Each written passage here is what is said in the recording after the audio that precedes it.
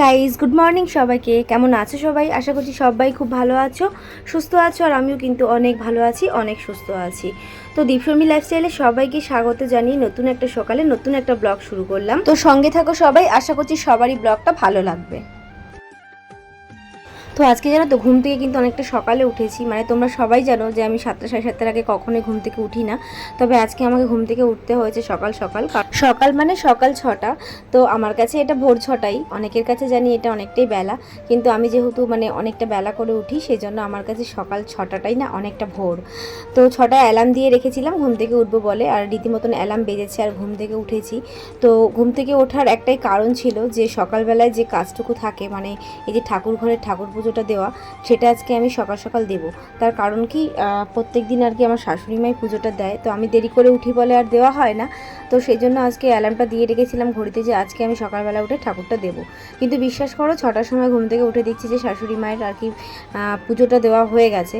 মানে জাস্ট আমি ঘুম থেকে উঠেছি, উঠে আর কি মানে অ্যালার্মটা বেজেছে, আমি সবাই বিছানাতে বসেছি। আর ঘড়িতে মানে দেখলাম, মানে ফোনে দেখলাম টাইমটা যে 6টা 7 বাজে, আর তার মধ্যেই দেখছি যে আর কি পুজো কমপ্লিট হয়ে গেছে।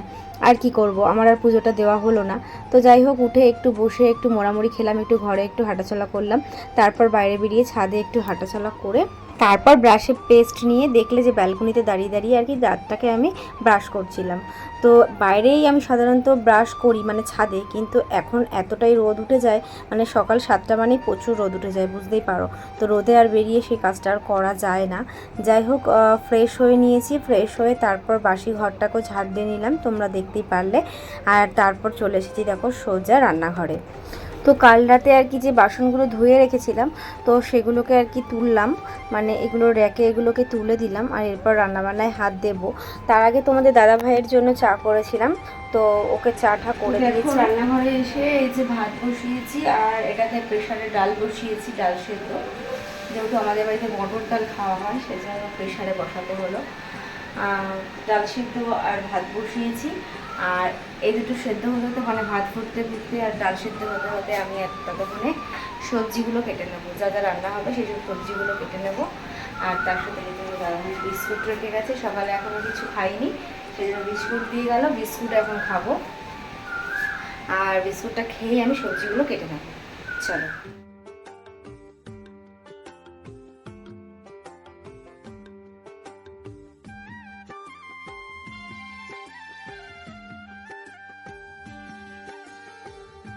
তো সবজি কাটতে কাটতে এদিকে আমার ভাতটা হয়েই এসছে। তো দেখতেই পারলে যে আমি ভাতটা দেখলাম পুরোপুরি হয়ে গেছে। তো এখন আমি ভাতটাকে চলো উবুর দিয়ে নেব। আর ওদিকে কিন্তু ডাল সিদ্ধটাও হয়ে গেছে, তো ডালটাও আমি কিন্তু বসিয়ে দেবো।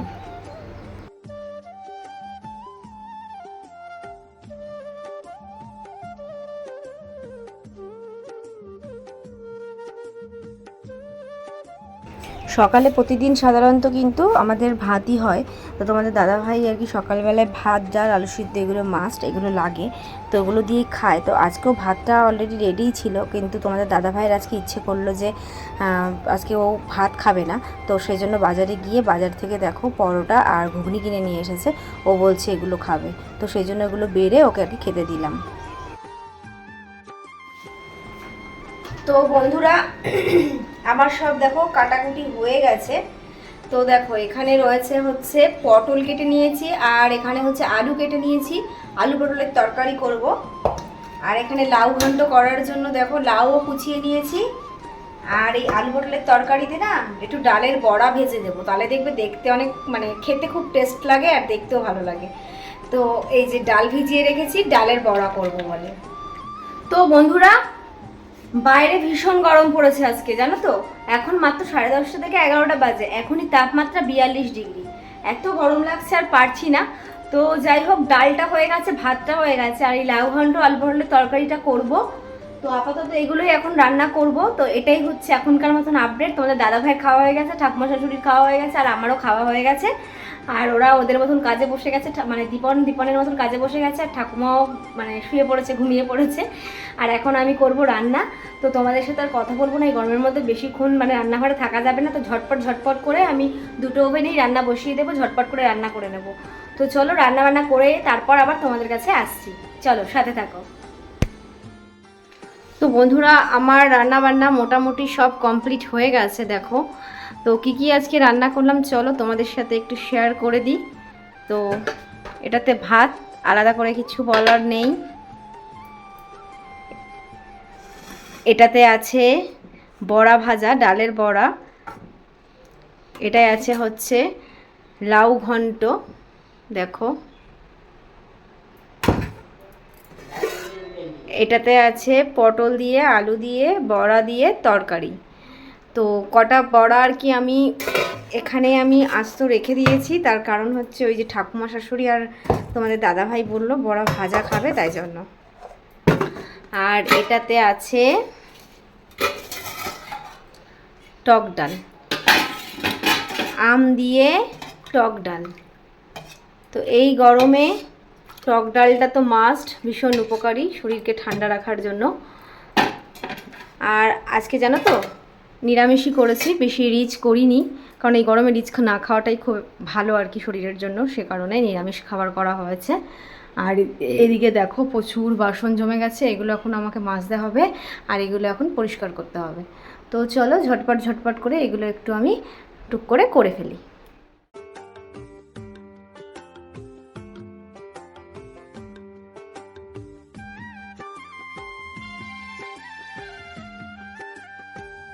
জানো তো 4 বছর আগে যখন আমি বিবাহিত জীবনে পা দিইনি, তার আগে না সংসার কী জিনিস এটা কিন্তু কখনোই বুঝতে পারতাম না। মাকে দেখতাম মা সংসারের জন্য কত কিছু করে, কিন্তু তাও মাকে দেখেও না কিছু বুঝতে পারতাম না। তারপর যখন আমি এই বাড়িতে প্রথম আসলাম, আর এই বাড়িতে আসার পর থেকেই না আমি আস্তে আস্তে না সংসারটা কী সেটা বুঝতে শিখেছি। সত্যি এখন বুঝতে শিখেছি যে সংসারটা কিন্তু অনেক বড় একটা চ্যাপ্টার, যেখানে নিজেকে মানিয়ে রাখা বা সবার সাথে মানিয়ে চলা কিন্তু অনেকটা বড় কঠিন কাজ। এই কাজটাতে কিন্তু জয়ী হওয়া অনেকটাই কষ্টকর। আর এই 4 বছর ধরে কিন্তু আমি এই কঠিন কাজের পরীক্ষা দিয়েই চলেছি। জানি না সত্যি কোনো দিন সাকসেস পাবো কি না, তবে জানো তো এখন না আমি সত্যি বুঝতে পারি যে আমার মা কেন সংসারের বাইরে গিয়ে নিজেকে নিয়ে আলাদা করে কখনো কেন ভাবতে পারেনি। এখন নিজে এই জায়গাটায় থেকে না বুঝতে পারছি, বিশ্বাস করো। যেমন দেখো এখন মানে সকালবেলা ঘুম থেকে উঠে যে দিন শুরু হয় আর কিভাবে যে শেষ হয় সেটা নিজেই বুঝতে পারি না। মানে নিজের জন্য না টাইমটুকু বের করতে পারি না, মানে অনেকটা ভেবে চিনতে তারপর কিন্তু নিজের জন্য টাইমটা বের করতে হয়। তো দেখো তোমাদের সাথে কথা বলতে বলতে আমার কিন্তু বাসন মাজাগুলো হয়ে গেছে, গ্যাসও পরিষ্কার হয়ে গেছে। তারপর দেখো আমি এই আমাদের বারান্দাটার যে রয়েছে এই ঘরগুলোকে আমি কিন্তু মুছে নিচ্ছি। তো এটা সকালের দিকে একবার মোছা হয়, কিন্তু তারপর এই সারাদিন সবার এই পায়ের ধুলোতে সেই আবার একই জায়গায় চলে যায়। আর আমাদের এই রান্নাঘরের পাশেই যেহেতু রয়েছে বাইরের বাথরুম আর কল রয়েছে, তো ওখানে জলগুলো পাড়িয়ে সবসময় আসা যাওয়া হয়, আর সবার পায়ে না এই জায়গাটা আবার ধুলো হয়ে যায়।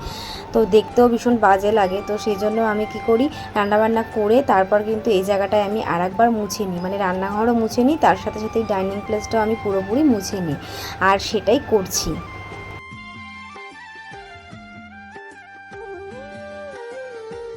আর দেখবে রাস্তার ধারে যদি বাড়ি হয় না, তাহলে দেখবে সমস্যা যেন পেছন ছাড়তেই চায় না। মানে ধরো তুমি এইমাত্র বাড়ি পরিষ্কার করবে, আধ ঘন্টার মধ্যে দেখবে ধুলো হয়ে যাবে। যেমন ধরো আমার উপরের ঘরে ফার্নিচারগুলো যদি ধরি আমি সকালেই মুছে ফেলি, তো দুপুরের মধ্যে দেখি কি ধুলোতে আবার সাদা হয়ে যায়। সত্যি কথা বলতে না এত করে আর পারা যায় না। মনে হয় দিনের মধ্যে 3 থেকে 4 বার যদি মুছতে পারতাম, তাহলে হয়তো সব কিছু পরিষ্কার রাখতে পারতাম।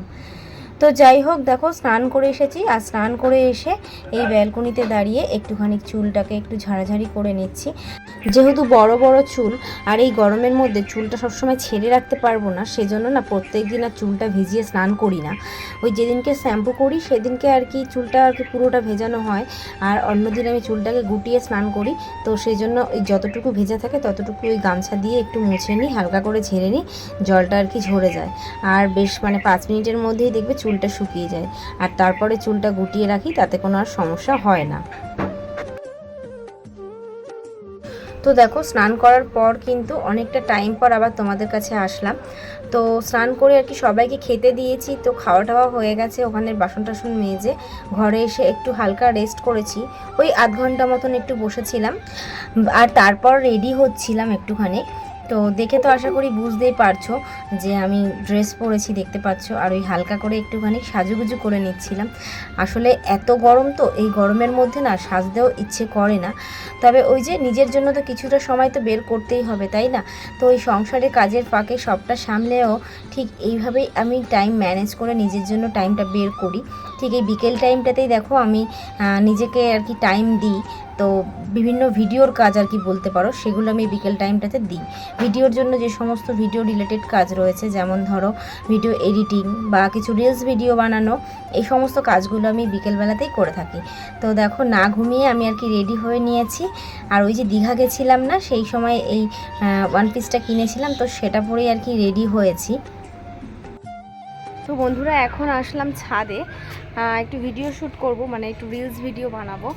কারণ হচ্ছে এই বিকালবেলার টাইমটাই আমি একমাত্র ফাঁকা পাই এই রিলস টিলস করার জন্য। তো সেই জন্য আর ছাদে কিছু জামা কাপড় ছিল, সেগুলোকে আমি একটু তুলে দিচ্ছি, মানে সাইড করে দিচ্ছি। আর ওই যে স্ট্যান্ড দিয়ে কিন্তু আমি আমার রিলস ভিডিও বানাই। আর জানো তো এই ছাদে না খালি পায়ে ফার্স্টে এসেছিলাম, দেখছি যে মানে কি গরম, পায়ে ছ্যাঁকা মারছে। তো সেজন্য আর মানে খালি পায়ে আর দাঁড়াতে পারছি না বলে হাওয়াই চটিটা পরে নিলাম। হাওয়াই চটি পরে তারপর ছাদে আসলাম। কিছু করার নেই, এখন এই হাওয়াই চটি পরেই এখন রিলস বানাবো। তো চলো কিছু রিলস আমি বানিয়ে নিই। তো এই রিলসগুলো যদি তোমরা দেখতে চাও অবশ্যই কিন্তু আমাকে ইনস্টাগ্রামে ফলো করে নাও। ইনস্টাগ্রাম আইডিটা আমি এখানে শো করিয়ে দিচ্ছি, এখান থেকে তোমরা ফলো করে নাও। আর নতুন নতুন আমার ইনস্টাগ্রাম রিলস তোমরা ওখানে দেখে নিও। তো চলো আমি এখন রিলস ভিডিও বানাই, চলো সাথে থাকো।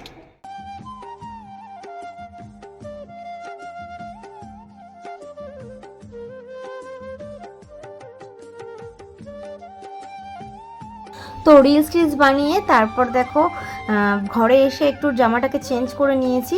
চেঞ্জ করে নিয়ে দেখো আমি চলে এসেছি ঠাকুর ঘরে সন্ধে দিতে। আর আমাদের ঠাকুরকে না সন্ধেবেলাতেও না মানে পুজো দিতে হয়, মানে ওই জলখাবার দিতে হয়। তো সেজন্য জামা কাপড় ছেড়ে তারপর ঠাকুর ঘরে ঢুকতে হয়।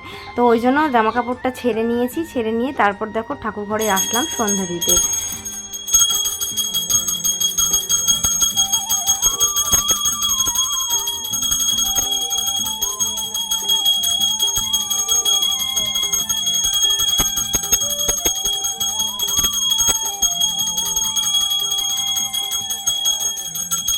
তো আজকের ভিডিওটা এই পর্যন্তই রাখবো। আর আজকের ভিডিওতে আমি তোমাদের সাথে শেয়ার করলাম যে আমি কিভাবে সংসারের সমস্ত কাজটা সামলে নিয়েও নিজের জন্য কিভাবে সময় বের করি, সেটা তোমাদের সাথে আজকে শেয়ার করলাম।